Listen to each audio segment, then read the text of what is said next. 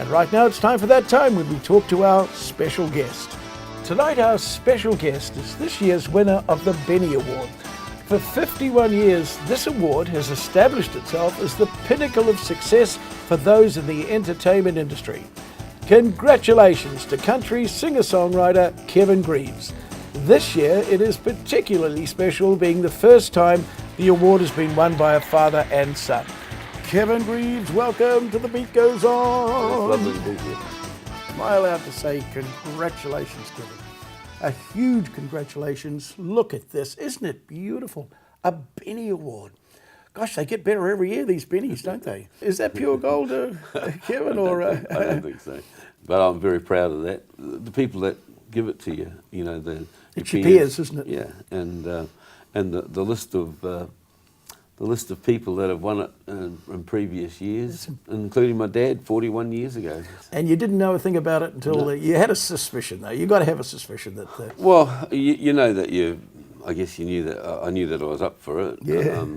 You know, I guess whispers get out or whatever, but you don't know for sure. And you were in the South Island on the day of the awards, which was a Sunday. Yeah. So what was the story there?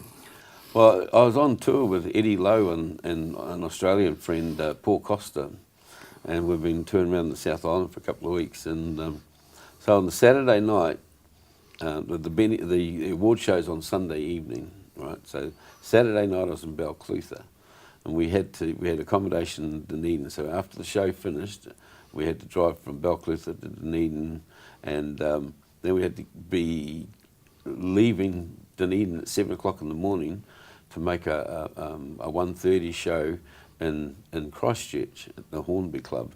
Wow.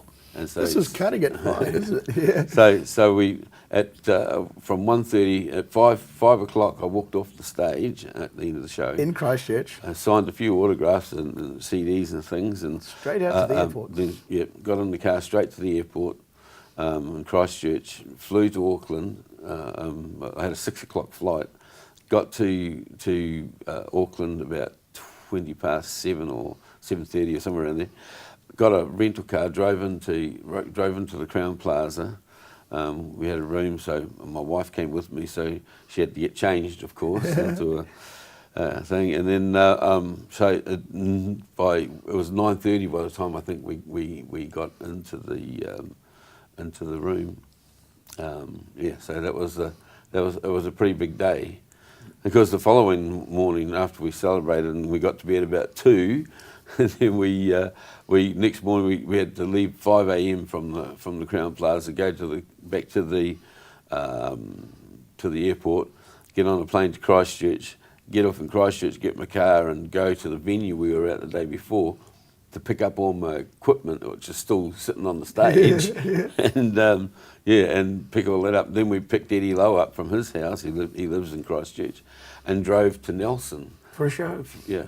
Wow. Now, you did mention it, and I didn't pause on it before, but you mentioned a marvellous fact that your dad also won a Benny. Now, this is so heartwarming and wonderful that there is no other father and son that have won the Benny. No. And when you actually picked this up, there was a lot of history, wasn't there? A wonderful feeling. Tell us about that. It was...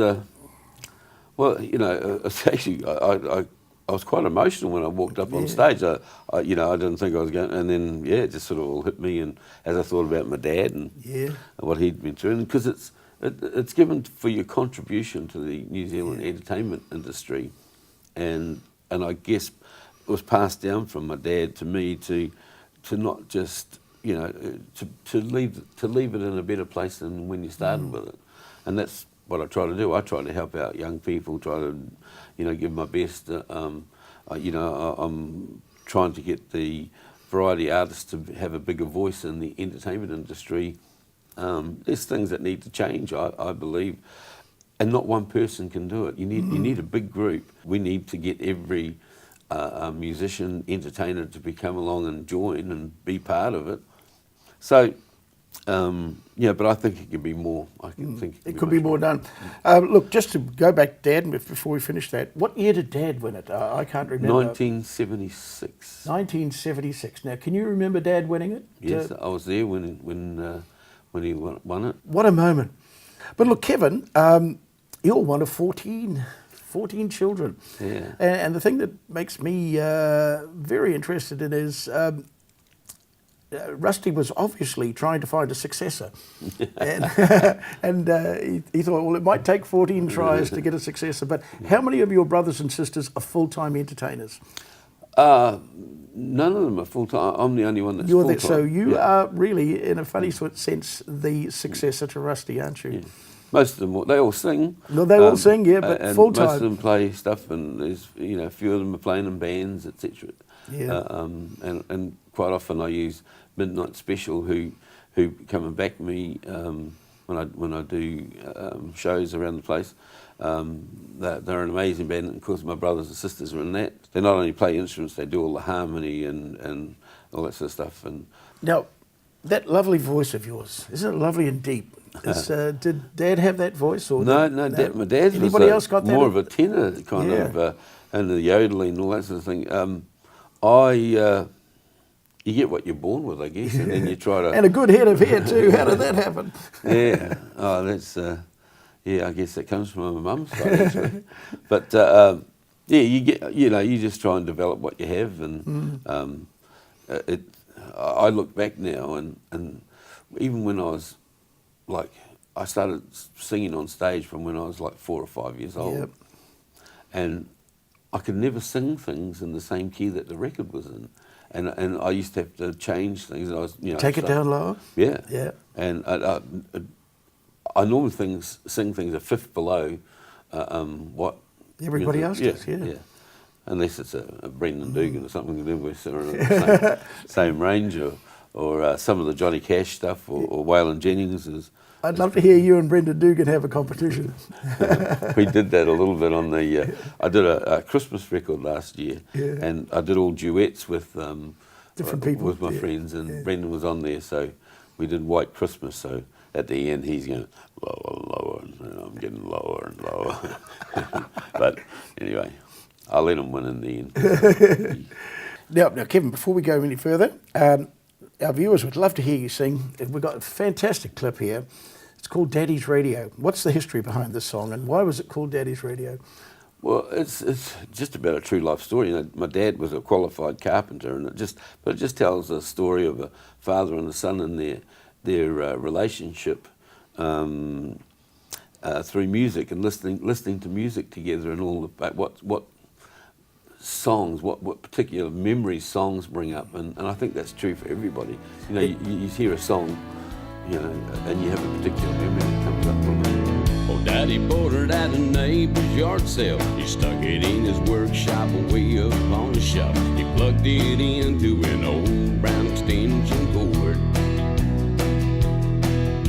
He tuned it into a country station. I'd sit and listen to the songs they were playing while I watched my daddy nailing them two boards. Music never sounded sweeter than it did coming out of that little blown out speaker.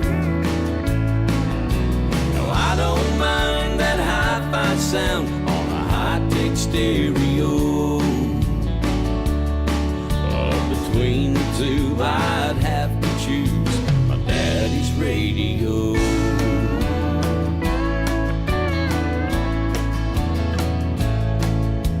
Songs I heard through all that static were hits back then, but now they're classics. So I went out and bought them all on CD.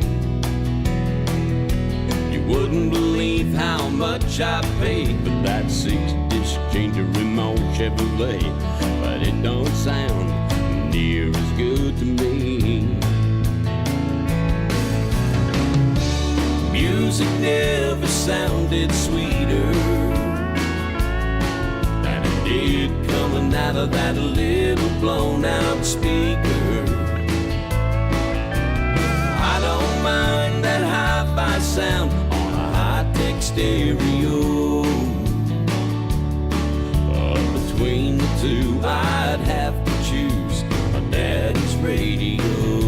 That is a wonderful song, Kevin. Well, thank you. Wonderful. Yeah. Daddy's Radio, love it. And celebrating this wonderful moment, winning the Benny Awards.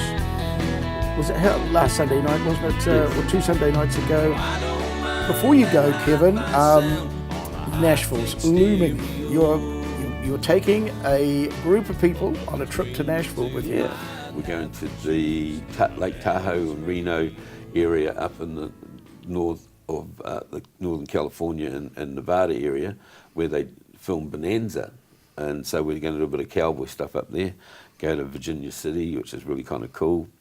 And then we're going down to Branson once again, Nashville, Memphis, and then down to Biloxi, Mississippi, and New Orleans. This is going to be in 2019, so we're in 2019. sort of around about the June, July time. Yep. And so it's got a year to sell the tickets, over a year to. yeah, it takes a couple of years to get for people, I think, to to organise their lives. Yeah, yeah. Well, that was my third one. This will be my fourth. Fourth, wow. And they've grown each time, and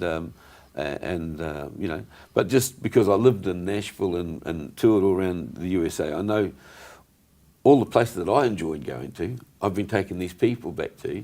Everybody has a great time.